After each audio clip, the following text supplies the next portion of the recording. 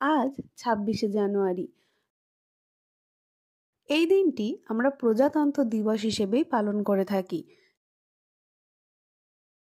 এই দিনটা সম্পর্কে তোমরা কম বেশি সবাই জানো, তাও আমিও একটু বিশ্লেষণ করে বলছি। এই দিনটা আমাদের দেশের জন্য অত্যন্ত গুরুত্বপূর্ণ একটা দিন।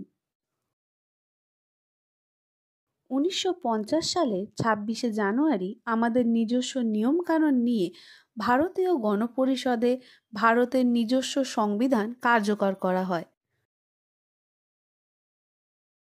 যদিও ১৯৪৯ খ্রিস্টাব্দের ২৬শে নভেম্বরই সংবিধানটি গৃহীত হয়েছিল, তবে তা আনুষ্ঠানিকভাবে কার্যকর করা হয় ১৯৫০-এর ২৬শে জানুয়ারি। এই দিনের পর থেকেই ভারত প্রজাতান্ত্রিক রাষ্ট্রে পরিণত হয়। তাই প্রতি বছর ২৬শে জানুয়ারি দিনটা আমরা প্রজাতন্ত্র দিবস হিসেবে পালন করে থাকি।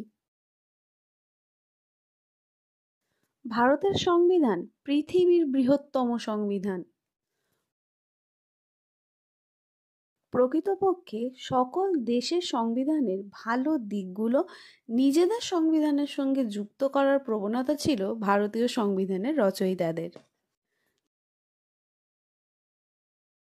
যাই হোক, এই সংবিধানেই ভারতকে সার্বভৌম, সমাজতান্ত্রিক, ধর্মনিরপেক্ষ, গণতান্ত্রিক প্রজাতন্ত্র বলা হয়েছে।